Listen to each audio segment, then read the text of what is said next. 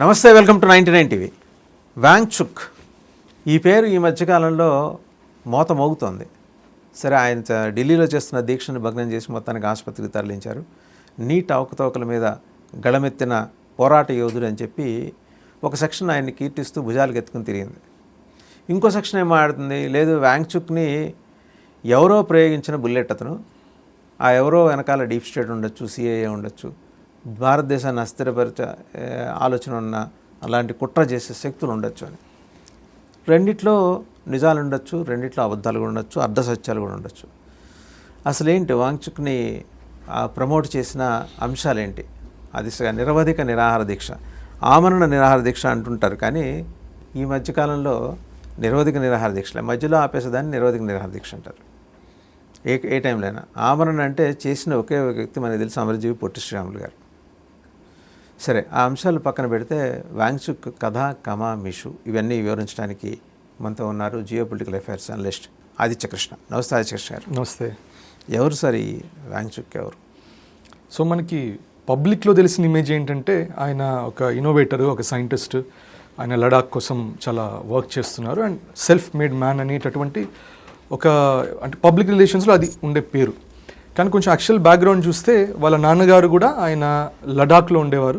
లడాక్ నుండి శ్రీనగర్కి షిఫ్ట్ అయ్యి శ్రీనగర్లో కూడా చిన్న ఎలక్షన్స్లో అట్లా నిలబడి ఆయన ఎండ్ ఆఫ్ ద డే ఆయన వెళ్ళారు, అక్కడ ఉన్న లెజిస్లేటివ్లో కూడా ఆయన జాయిన్ అయ్యారు.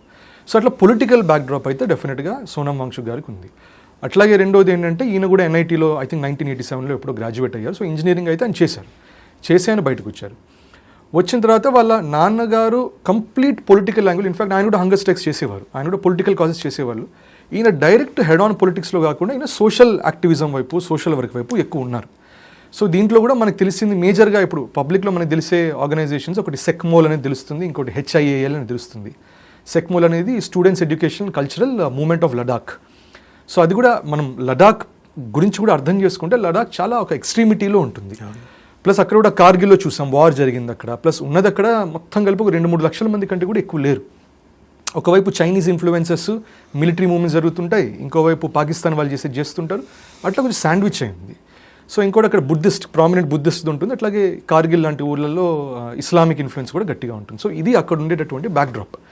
సో అక్కడ ఏంటంటే ఎప్పుడు కూడా మనకి నార్త్ ఈస్ట్లో ఉండేటటువంటి కంప్లైంటే దట్ భారత ప్రభుత్వం ఎక్కువ ధ్యాస ఇవ్వట్లేదు, అందుకని మాకు కొంచెం సేఫ్ గార్డ్స్ ఇవ్వండి, రైట్స్ ఇవ్వండి అని చెప్పి.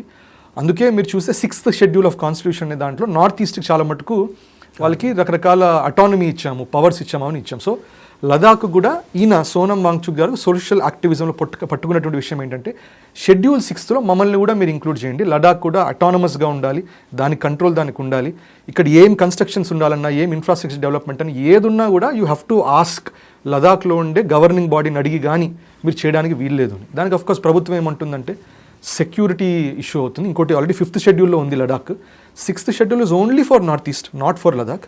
రెండోది ఇక్కడ ఇప్పుడు ఆర్మీ వాళ్ళు ఒక రోడ్ కట్టాలన్నా, ఆర్మీ వాళ్ళు ఒక మిలిటరీ క్యాంప్ కట్టాలన్నా కూడా ప్రతిదానికి గవర్నింగ్ కౌన్సిల్ని అట్లా ఈ లడాక్ హిల్ కౌన్సిల్ని అడుగుతామని చెప్పి నో అన్నారు. సో ఆ ఉద్యమం అనేది జరుగుతుంది.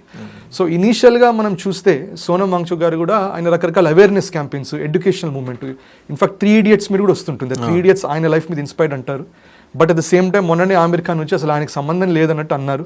ఇప్పుడు మళ్ళీ కౌంటర్ వీడియోస్ ఏమొస్తున్నాయి, 2009లో ఇది 3 Idiots సినిమా వస్తే 2008లోనే సోనం వాంగ్చుక్ను ఆమిర్ ఖాన్ ఒక టాక్లో ఉన్నట్టు కనబడుతుంది. So essential Aamir Khan is lying or Sonam Wangchuk is lying. End of the day తెలిసింది ఏంటంటే ఆమిర్ ఖాన్కి కూడా ఆయనకి ఆ లాల్ సింగ్ చడ్డా అప్పటి నుంచి మనం గమనిస్తే ఆయన కొంచెం పొలిటికల్ విషయాలు ఇన్వాల్వ్ అవ్వడం ఆపేశారు. దాని ముందర బాగా హెవీగా ఇన్వాల్వ్ అయ్యేవాళ్ళు పొలిటికల్ విషయాలు. లాల్ సింగ్ చడ్డా అప్పటి నుంచి అబ్బా ఎందుకురా నాయన నాకు వద్దని చెప్పి చాలా తగ్గిపోయింది ఆయన పొలిటికల్ ఇన్వాల్వ్మెంట్. సో మేబీ దానివల్ల కూడా అనుండొచ్చు. సో ఇది బేసిక్ బ్యాక్గ్రౌండ్గా చూడాలి. Is he not an innovator? He is an innovator. ఎందుకంటే అక్కడ ఈ ఆర్టిఫిషియల్ ఐస్ స్తూపాస్ అంటారు. ఐస్ స్తూపాలు యాక్చువల్గా 1980s నుంచే లదాఖ్లో ఉంది. అది చువాంగ్ నార్ఫిల్ అని ఇంకొకతను ఆల్రెడీ ఇన్ఫాక్ట్ ఆర్టిఫిషియల్ గ్లేషియర్ అన్నట్టు ఆ కన్సెప్ట్ అని తయారు చేశారు, కానీ ఆయన హారిజాంటల్ గ్లేషియర్ లాగా తయారు చేశారు. సోనం వాంగ్చుక్, చువాంగ్ నార్ఫిల్ కలిసి వాళ్ళు మాట్లాడి చేసిన ఇన్నోవేషన్ ఏంటంటే హారిజాంటల్ కాదు, వర్టికల్గా నిలబెట్టచ్చు కదా, అప్పుడు ఇంకా ఎక్కువ టైం ఉంటుంది, స్లోగా మనకి రిలీజ్ అవుతుంది, లోవర్ లెవెల్స్లో కూడా మనం పెట్టచ్చు, అంటే లోవర్ విలేజెస్లో కూడా పెట్టచ్చు అని చెప్పి చేశారు. సో ట్విట్టర్లో చూస్తుంటాం ఆయన ఏం చేయలేదు, ఇది చువాంగ్ నార్ఫిల్ ఐడియా కాపీ కొట్టాడు అంటారు, కానీ చువాంగ్ నార్ఫిల్ అండ్ సోనం వాంగ్చుక్ కూడా ఒకరినొకరు సపోర్ట్ చేసుకుంటూ ఇన్నోవేషన్తో వర్టికల్గా కట్టారు. So in a way PR machinery ఏం చేస్తుంది Sonam Wangchuk, he's the inventor అన్నట్టు అంటుంది. అండ్ ఆయనకు ఆపోజిట్ ఉండే వాళ్ళు అసలు ఆయనకు సంబంధమే లేదు, హీఈస్ జీరో పేటెంట్స్ అంటారు. బట్ యాక్చువల్ రియాలిటీ ఏంటి, ఆయన ఇన్వెంట్ చేశారు, but the technology was somebody else's. అట్లాగే ఆయన ఎటువంటి పొలిటికల్ బ్యాకింగ్ లేని మనిషి కాదు, ఆయన పొలిటికల్ బ్యాకింగ్ ఉన్న మనిషి.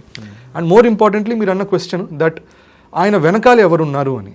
సో ఎప్పుడైనా కూడా ఇప్పుడు దేశం లోపల ఇప్పుడు మనకు అప్పట్లో అన్నా హజారీ మూవ్మెంట్ చూసాం. అన్నా హజారీ మూవ్మెంట్ ఉన్నప్పుడు బీజేపీ కూడా అన్నా హజారీకి కొంచెం ఒక విధంగా సపోర్ట్ చేసింది. కిరణ్ బేదీజీ కూడా అప్పట్లో అన్నా హజారీజీ పక్కనే ఉన్నారు.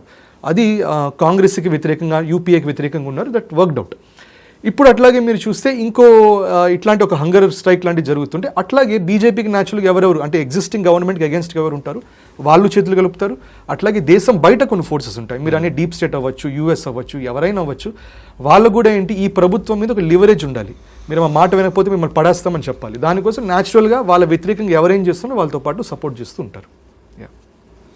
నేననేది సోనం వాంగ్చుక్ వెనకాల ఇవి డీప్ స్టేట్ ఉంది, అలాగే అతనికి ఫండింగ్ ఫలానా చోట నుంచి వస్తుంది, రకరకాల వార్తా కథనాలు కరెక్ట్ వచ్చినాయి. ఇలాంటి క్వశ్చనబుల్ ఇంటిగ్రిటీ, మేబీ ఇన్నోవేటర్ అయి ఉండొచ్చు, దాంతో నేనేమి వివేదించట్లేదు. క్వశ్చనబుల్ ఇంటిగ్రిటీ ఉన్న వాళ్ళ వచ్చి చేస్తున్న ఈ దీక్షలు, వాటికి ఉన్న శాంక్టిటీ, ఎవరన్నా వచ్చి దీక్ష విరింపజేస్తే చాలనే పద్ధతిలో ఆయన శిబిరం ఉంది, చాన్నాళ్ళు అలాగే ఉంది. ఎవరు జనం పెద్ద పడించుకోలేరు, రొటీన్ యాక్టివిటీ. జంతర్ మంతర్లో చాలా శిబిరాలు ఉంటాయి, ఆయనది కూడా ఒక శిబిరం అందులో అనే పద్ధతిలో. జనం ఇన్సెన్సిటివ్ అయ్యారా, లేకపోతే సోనం వాంగ్చుక్ ఇంటిగ్రిటీ మీద జనానికి నమ్మకం లేకుండా పోయిందా?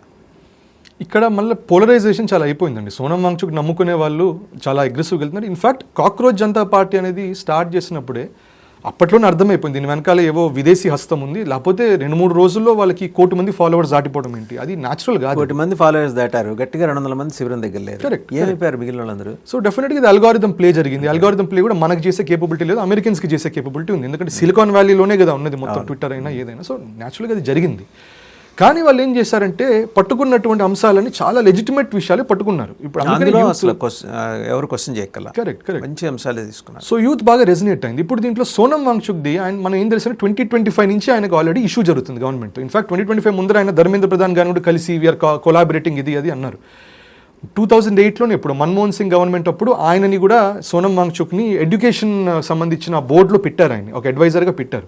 మేబీ ఆ క్రెడెన్షియల్స్తోనే మళ్ళీ ధర్మేంద్ర ప్రధాన్జీని కలిసి ఉండొచ్చు. కానీ 2025లో మనకు తెలిసింది ఏంటంటే ఆయన సెక్మోల్ మీద మేజర్ ఒక ఇష్యూ వచ్చింది, దట్ ఎఫ్సిఆర్ రిలేటెడ్ వైలేషన్ జరుగుతున్నదని. ఇన్ఫాక్ట్ 2025 కూడా మీరు క్రొనాలజీ చూస్తే అక్కడ లడాక్ 6th షెడ్యూల్ అని చెప్పి, స్టేట్హుడ్ అని చెప్పి, యూనియన్ టెరిటరీ కాదని చెప్పి ఫస్ట్ అట్లా ఇనీషియల్గా పీస్ఫుల్ ప్రొటెస్ట్ అన్నారు, చిన్నగా అది వైలెంట్గా మారింది. వైలెంట్గా మారే ముందు కూడా ఆయన కూడా కొన్ని 2-3 స్టేట్మెంట్స్ మరి ఆలోచించుకుని ఇచ్చాడు, ఏం చేశాడు కానీ 2-3. ఒకటి అరబ్ స్ప్రింగ్స్ అంటే అప్పట్లో మిడిల్ ఈస్ట్ అంతా జరిగినటువంటి ఎటువంటి ఇష్యూస్ జరిగాయో అది రేజ్ చేశాడు. మళ్ళీ జెన్జీ ప్రొటెస్ట్ నేపాల్లో జరిగింది కదా, బంగ్లాదేశ్ జరిగింది, అట్లాంటి రిఫరెన్స్ ఇచ్చారు. ఇది న్యాచురల్గా హోమ్ మినిస్ట్రీ ఫ్లాగ్ చేసింది, ఎందుకు ఈ మాటలు ఎందుకు మాట్లాడుతున్నాడు. ఆ మాట అన్న మరుక్షణం నెక్స్ట్ టైం ఏంటంటే బాగా వైలెన్స్ లాగా వెళ్ళి బర్న్ డౌన్ చేయడం, బీజేపీ ఆఫీస్ తగలబెట్టడం, వేరే పోలీస్ కాన్వాయ్స్ని తగలబెట్టడం, ఇవన్నీ చేశారు వాళ్ళు. సో దీని తర్వాత మీరు చూస్తే నెక్స్ట్ స్టెప్లో ఎఫ్సిఆర్ ఏది వాళ్ళు ఇది పట్టుకున్నారు, సెక్మోల్కి వైలేషన్స్ జరుగుతున్నాయి. వచ్చే దాంట్లో కూడా ఈ మనీ కూడా కొంచెం సరిగ్గా డిక్లరేషన్స్ లేవు, దాదాపు 9 అకౌంట్లు ఉన్నాయి, దాంట్లో 4-7 అకౌంట్లు అవి డిక్లేర్ చేయలేదు, ఇవన్నీ బయటపడ్డాయి. ఇంకోటి HIAL ఇంకోటి ఉంది ఆయనది, దానికి ఎఫ్సిఆర్ఏ లేదు, లేకపోయినా కూడా దాంట్లో 1 కోటి 2 కోట్లు ఎంతో అది ఎట్లా వచ్చింది? ఎఫ్సిఆర్ఏ లేకుండా ఎట్లా వచ్చినాయి ఫండ్స్? అంటే ట్రాన్సాక్షన్ వచ్చేస్తుంది, but you have to declare it. ఇప్పుడు మన అకౌంట్లో కూడా ఎవరైనా విదేశీ వాళ్ళు కొట్టేస్తే బై అండ్ లార్జ్ వస్తుంది, but we have to declare it as an NGO, you have to declare. అది డిక్లేర్ చేయాలి. ఇంకోటి దాని నుంచి కూడా ఆయనకు సంబంధించే వేరే ఒక ఇంజనీరింగ్ ఫర్మ్ కూడా మనీ ట్రాన్స్ఫర్ చేయడం జరిగింది. ఇట్లా క్రోడ్స్లో డీలింగ్స్ జరుగుతున్నాయి, అది మెయిన్గా అది ఫ్లాగ్ చేసింది హోమ్ మినిస్ట్రీ. సో దీంట్లో కూడా మళ్ళీ ఒక ఇంపార్టెంట్ ఆస్పెక్ట్ హోమ్ మినిస్ట్రీ పట్టుకున్నటువంటి ఆస్పెక్ట్ అంటే ఇది కూడా ఇట్స్ అ కంటెస్టెడ్ థింగ్. వాళ్ళకి స్విట్జర్లాండ్ నుంచో ఎక్కడి నుంచో ఒక ఐ థింక్ 30-40 lakhs వచ్చాయి. దేనికి వచ్చిందంటే అది మీరు ఒక చిన్న అవేర్నెస్ అండ్ రీసెర్చ్ క్యాంపెయిన్ చేయాలి. దాంట్లో మీరు హోమ్ మినిస్ట్రీ ఏమంటుందంటే సావరైనిటీ ఆఫ్ ఇండియా మీద రీసెర్చ్ చేయమన్నారు, అది ఎట్లా చేస్తారు, దట్ ఈస్ యాక్చువల్లీ రాంగ్ అంటారు. వీళ్ళ డిఫెన్స్ ఏంటంటే అది సావరైనిటీ అంటే నేషనల్ సావరైనిటీ కాదు, పూర్తి మీరు టైటిల్ చదవండి, దాంట్లో food security, climate change and sovereignty అంది. అక్కడ సావరైనిటీ ఫుడ్ సావరైనిటీ అంది, అంటే ఫుడ్ సెల్ఫ్ డిపెండెన్స్ గురించి అది వీళ్ళు అంటారు. బట్ ఎసెన్షియల్లీ ఏంటంటే ఒక లీగల్గా ఇప్పుడు గవర్నమెంట్ ఏదైనా లీగల్గానే చూస్తుంది, మన గవర్నమెంట్ వెళ్ళి మాట కొద్ది ఏమి ఉండదు. లీగల్గా వాళ్ళు చూసినప్పుడు ఒక సస్పిషియస్ యాంగిల్ చూసినప్పుడు న్యాచురల్గా ఆ వర్డ్ అయితే దొరికిపోయారు. సో ఇఫ్ ఎట్ ఆల్ నిజంగా ఫుడ్ సెక్యూరిటీ, ఫుడ్ సావరైనిటీ అయితే మేబీ కొంచెం ఆలోచించి వాళ్ళు టైటిల్ చేసి ఉండాలి, కానీ అట్లా చేయలేదు.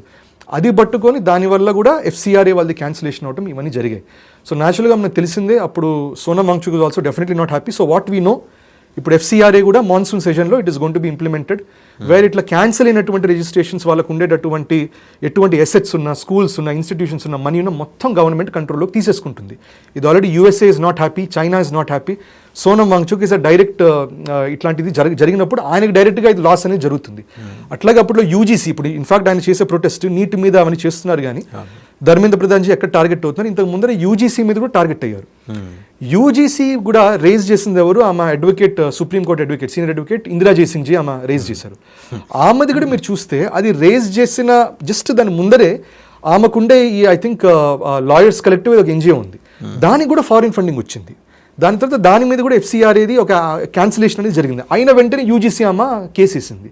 ఈ రెండిట్లో మనం ఏం చూస్తాం, సోనం వాంగ్చుక్ కేసు అయినా, ఇందిరా జైసింగ్ జీ కేసు అయినా కూడా ఎసెన్షియల్లీ వాళ్ళకి ఫారిన్ NGOs ఉన్నాయి, ఫారిన్ ఫండింగ్స్ వస్తున్నాయి, బయట నుంచి ఏవో డబ్బులు వస్తున్నాయి.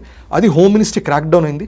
క్రాక్ డౌన్ అయిన వెంటనే ఇద్దరు వేరే మోడ్ ఆఫ్ అటాక్ వెళ్ళారు. ఈమె వచ్చేసరికి UGC మీద అటాక్ చేశారు, ఈయన వచ్చేసరికి నీట్ బేస్ మీద హంగర్ స్ట్రైక్ చేశారు. సో వార్ అనేది మనం ఎప్పుడైనా ఇక్కడ ఒక ఇష్యూ జరిగితే అక్కడే అటాక్ జరుగుతుంది అనుకుంటాం, కానీ అట్లా ఉండదు, వేరే సైడ్స్ నుంచి కూడా జరగచ్చు. సో దీంట్లో ఇది నిజంగానే డీప్ స్టేట్, CIA ఇట్లాంటి వాళ్ళని నడుపుతున్నారా, లేకపోతే వీళ్ళ పర్సనల్ యాంగ్విష్, వీళ్ళ పర్సనల్ యాంగర్తో కూడా చేస్తున్నారా అనేది అది we don't know, we really have to see. అయితే ఒకటి ఇక్కడ నేను అనేది, ఈ ఫండింగ్ ఇంత చేటు వస్తున్నప్పుడు క్వశ్చన్ చేస్తారు. మనం చూస్తే 6 నుంచి 15 కోట్ల అనుమానాస్పద విదేశీ నిధులు, రూటింగ్ అనుమానాలు ఎక్కడికి, HIAL కిందాక మాట్లాడుకున్నాం, వచ్చినప్పుడు దాన్ని క్వశ్చన్ చేస్తే అదేదో నేరం అన్నట్టు మాట్లాడితే ఎట్లా? కరెక్ట్. అంటే సో వాళ్ళు న్యాచురల్గా ఏమని వస్తారు, ఎప్పుడైనా కూడా డిఫెండెంట్ పార్టీ, ఇప్పుడు కోర్టుకి వెళ్ళినా కూడా చూస్తాం, నిజంగా నేరం చేస్తున్నప్పుడు డిఫెండ్ చేసుకోవాలి. డిఫెండ్ చేసినప్పుడు ఏమంటారు, ఇదంతా మా మీద ఇది పొలిటికల్ వెండటా, ఇది నేను లడాక్ కోసం, రైట్స్ కోసం ఫైట్ చేస్తున్నా కాబట్టి వెండటా ఇది అన్నట్టు సింపుల్గా డిక్లేర్ చేశారు.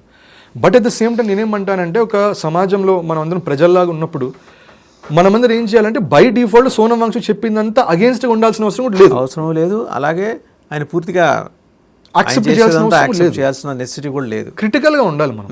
ఇప్పుడు నిజంగా HIALకి అది NGOగా డిక్లేర్ చేశారు, మరి ఫారిన్ ఫండింగ్ వచ్చినప్పుడు బై డిఫాల్ట్ మీరు చెప్పాలి కదా వద్దని. ఇన్ఫాక్ట్ ఈజ్ అ పొలిటీషియన్స్ అని, ఇప్పుడు నాలాంటి వాడు మీలాంటి వాళ్ళు అయితే అది అయ్యో పొరపాటున అయిపోయిందని, కంప్లైంట్స్ తెలియక తప్పు చేశామండి అని చెప్పొచ్చు. ఆయన పొలిటీషియన్ పిల్లవాడు అయ్యి ఉండి, అట్లాగే ఆయనకి అవార్డ్స్ కూడా, రామన్ మ్యాగ్సెసే లాంటి అవార్డ్స్, అది కూడా ఇనవే మీరు అనే విషయంలోనే ఫోర్డ్ ఫౌండేషన్ ఇవన్నీ connected. Magsaysays with one of the CIA best awards.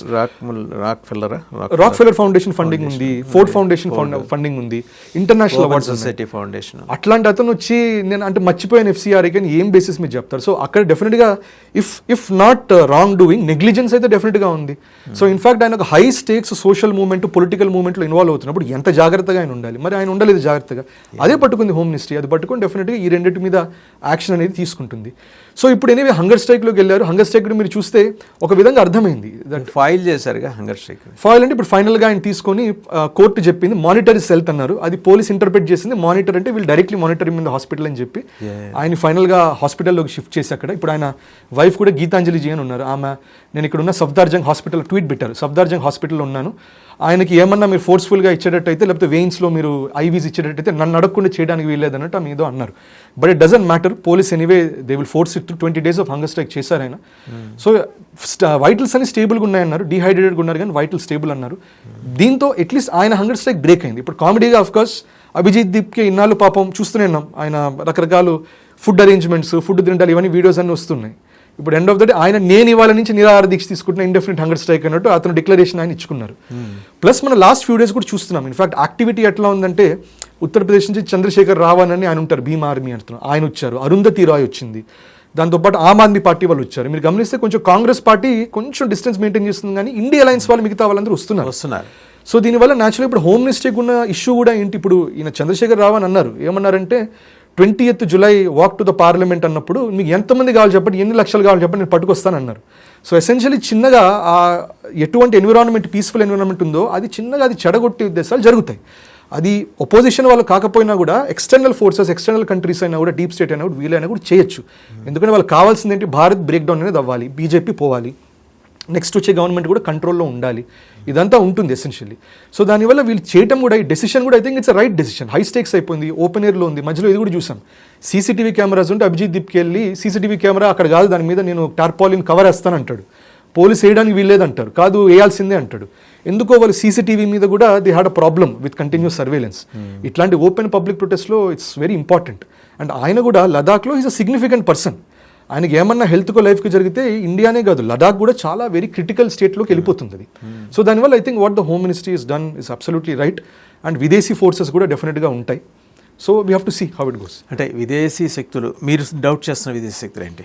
డెఫినెట్గా యూఎస్ అండి, దిస్ వితౌట్ డౌట్. ఎందుకంటే సోనం వాంగ్చుక్ అనే అతను, ఆయనకి డైరెక్ట్గా మనం చూడొచ్చు, ఆయన ఫండింగ్లోనే మీకు ఫోర్డ్ ఫౌండేషన్ ఫండింగ్ ఉంది, రాక్ఫెల్లర్ ఫౌండేషన్ ఫండింగ్ ఉంది, వేరే మనకి నోరు జరిగినటువంటి ఫండింగ్లు కూడా ఆయనకు ఉంటూనే ఉంటాయి అది. సో ఇది ఒకటి గమనిస్తున్నాం. ఇంకోటి మనం గమనిస్తే ఇప్పుడు ఇండియా లైన్స్లో ఇప్పుడు మీరు ఎస్పీ ఈయన అఖిలేష్ యాదవ్ అయినా, రాహుల్ గాంధీ అయినా, వీళ్ళందరూ కూడా కరెక్ట్, వీళ్ళందరూ యూఎస్కి వెళ్ళడాలు, యూఎస్లో డిస్కషన్స్ పెట్టుకుని రావడాలు, దాని తర్వాత ఇది జరగడం. అభిజిత్ దీప్కే కూడా యూఎస్ నుంచే దిగడం, యూఎస్ నుంచి దిగిన అభిజిత్ దీప్కేకి ఈయన మళ్ళీ సపోర్ట్ చేయడం, ఇవన్నీ కూడా మీరు చూస్తే ఒక గ్రాండ్ నరేటివ్, ఒక గ్రాండ్ ఎకో సిస్టమ్ లాగా ఉంది. ఎకో సిస్టమ్ భారత్ లోపల లేదు, భారత్ బయట నుంచే చాలా మటుకు స్ట్రాటజీ అయినా వెళ్తున్నది. సో ఎసెన్షియల్లీ పొలిటికల్ పార్టీస్ ఎవరైనా కూడా స్ట్రాటజీ కోసం కొన్ని బయట దేశాలను అడుగుతారు. సో అప్పట్లో మనం చూసాము 2014 ముందు కూడా కేంబ్రిడ్జ్ అనలిటికా అని చెప్పి వాళ్ళు కూడా ఒక యూఎస్ బేస్డ్ ఫర్మ్ ద్వారా వాళ్ళ ద్వారా కూడా సోషల్ మీడియాని ఇంటర్ఫియరెన్స్ చేయించడానికి ప్రయత్నించారు. సో ఇవన్నీ ఎటు తిరిగి జరుగుతుంటాయి. సో డెఫినెట్గా without doubt US will involve, China will definitely not oppose, ఎందుకంటే వాళ్ళ కూడా ఇంట్రెస్ట్. చైనా ఎప్పుడు కూడా అంటే 62 తర్వాత కనుక చూస్తే ప్రాక్సీ వాళ్ళ మీద ఎక్కువ ఇష్టంగా ఇష్టపడుతుందండి. ప్రత్యక్ష యుద్ధంలోకి దిగదు, ఎందుకంటే వాళ్ళ మాల్ దింపాలి, 2 నెంబర్ మాల్, అవి ఫిటైల్ అవుతాయి. పాకిస్తాన్ని ఒక లాబొరేటరీగా చేసుకున్న ఆపరేషన్ సింధూర్లో పాకిస్తాన్ ఎదవని చేసింది చైనాయే, డౌట్ ఏం లేదు. సో ఇప్పుడు మళ్ళీ కొత్తగా నేరుగా దిగితే వాళ్ళ ఆయుధాలు ఎక్కడ ఫెయిల్ అవుతాయో అనే బెంగ కూడా చైనాకు ఉండొచ్చుగా. అంటే ఇన్ఫాక్ట్ నిజం చెప్పండి, వాళ్ళకి కోపం ఉంది పాకిస్తాన్ మీద, మామూలు మీరు ఫెయిల్ చేయించారు, మీకు ఆపరేషన్ చేత కావట్లేదు అని చెప్పి వాళ్ళ మీద సింపుల్గా బ్లేమ్ పెట్టేశారు. వాళ్ళు పెడతారు కానీ వాస్తవంగా అది క్వాలిటీయే మన లాబొరేటరీలో టెస్ట్ చేసిన పూర్ క్వాలిటీయే టు సమ్ ఎక్స్టెంట్. అంటే అన్ని అని కాదు, నిజం చెప్పాలంటే బి గ్రేడ్ ఎక్విప్మెంట్ అయితే పాకిస్తాన్కి అమ్ముతారు, ఏ గ్రేడ్ ఎక్విప్మెంట్ అయితే వాళ్ళ దగ్గర ఉంది. That is why US is also concerned and worried. ఇప్పుడు మొన్న కూడా వాళ్ళు న్యూక్లియర్ లాంచ్ బెలిస్టిక్ మిసైల్ కూడా పెట్టారు, అది పెట్టినప్పుడు that is all high quality. ఇప్పుడు ల్యాప్టాప్స్ కూడా అంటాం లో క్వాలిటీ అని కాదు, ఇప్పుడు Lenovo is high quality Chinese laptop. ఇప్పుడు మనకి BYD అని కార్స్ వస్తున్నాయి, ఇవన్నీ కూడా these are all Chinese cars. So వాళ్ళకి 2 గ్రేడ్స్ ఉంటాయి. వాళ్ళు ఏం చేస్తారు, మీరు అన్న పాకిస్తాన్ ల్యాబొరేటరీలో లో క్వాలిటీ చీప్ క్వాలిటీ ఇస్తారు కానీ, but essentially China does have good quality as well. అందుకని సింపుల్గా మనం తీసి పారేయడానికి కూడా లేదు, తీసి పారేయలేం కానీ ట్రస్ట్లోకి తీసుకోవడానికి కూడా లేదు కదా చైనాని.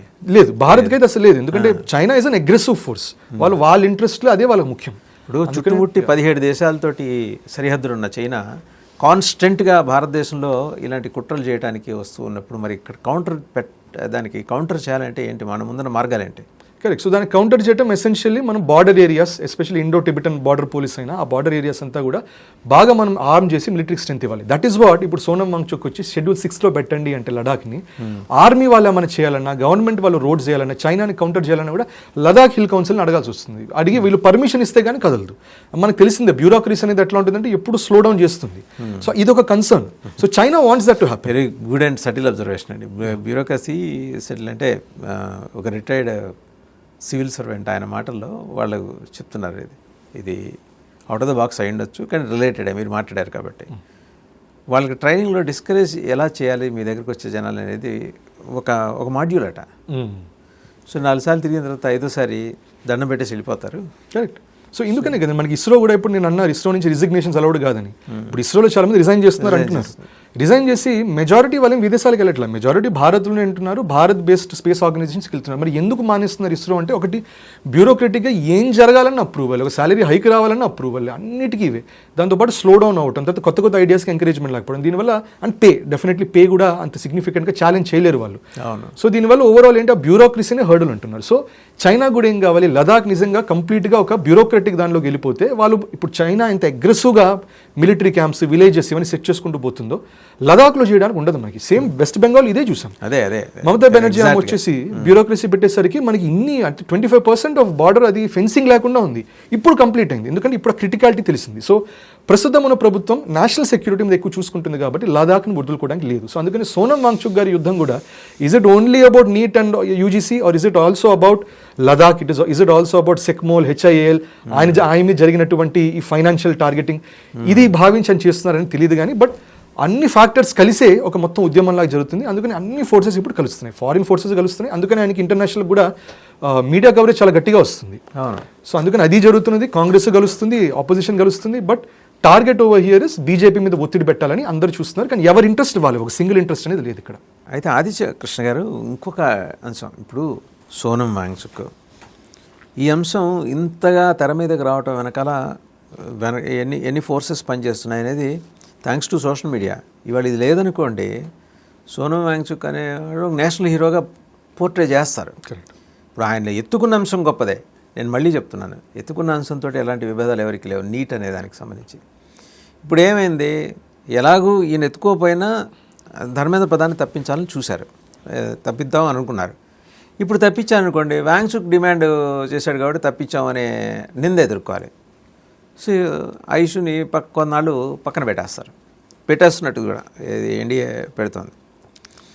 అండ్ మనం నార్త్ ఈస్ట్ ఇందాక షెడ్యూల్ 6 గురించి మాట్లాడుకున్నాం.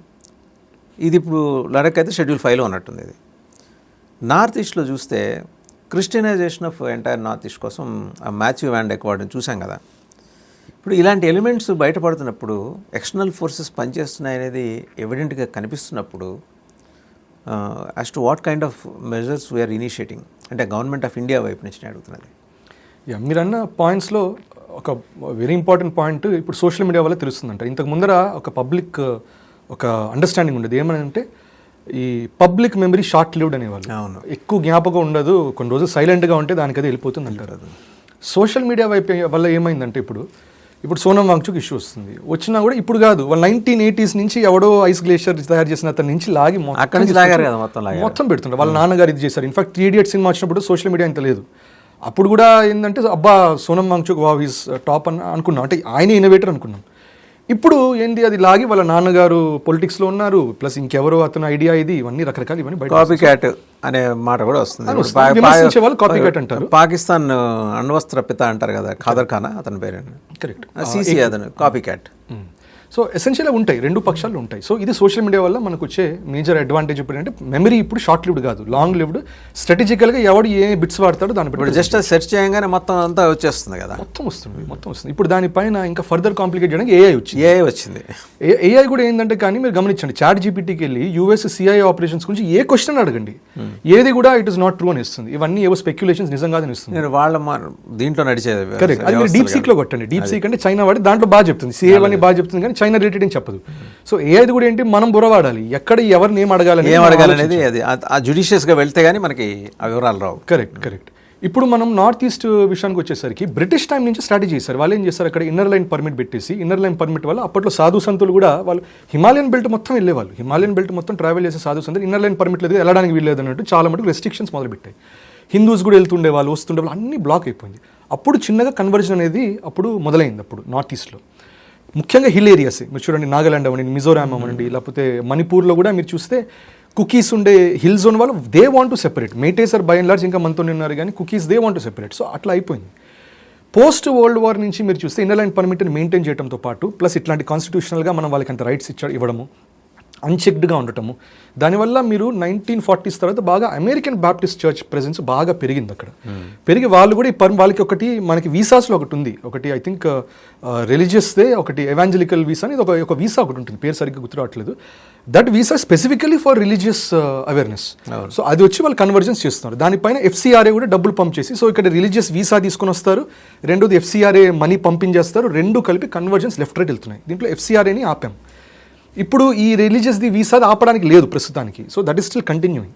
సో అట్లా మీరు అన్నట్టు చాలా మటుకు కన్వర్జెన్స్ అయిపోతున్నాయి. ఇప్పుడు మీరు నాగాలాండ్ చూసినా అక్కడంతా కూడా 98% 99% బుద్ధిస్ట్ ల్యాండ్ అది నాగాలాండ్. బుద్ధిస్ట్ అండ్ అక్కడ లోకల్ నేచర్ వర్షిపింగ్ ఉండేది. Nature worshipping, tribals. కరెక్ట్. ఎక్కువ ట్రైబల్స్ నేచర్ వర్షిపింగ్ కల్చర్ ఉండేది. కొంతమంది బుద్ధిజం కూడా ఉండేది, కానీ ఎక్కువ నేచర్ వర్షిప్ ఉండేది. ఇప్పుడు అవంతా ఇట్స్ ఆల్ ఫినిష్డ్. అదంతా కూడా కంప్లీట్, అది 98% అంటే ఆల్మోస్ట్ 100% తగిలినట్టే. సో ఆ లెవెల్కి వెళ్ళిపోయింది. ఇప్పుడు లదాఖ్ అయితే బుద్ధిజం ఎట్లాగొట్లా మెయింటైన్ అవుతున్నది.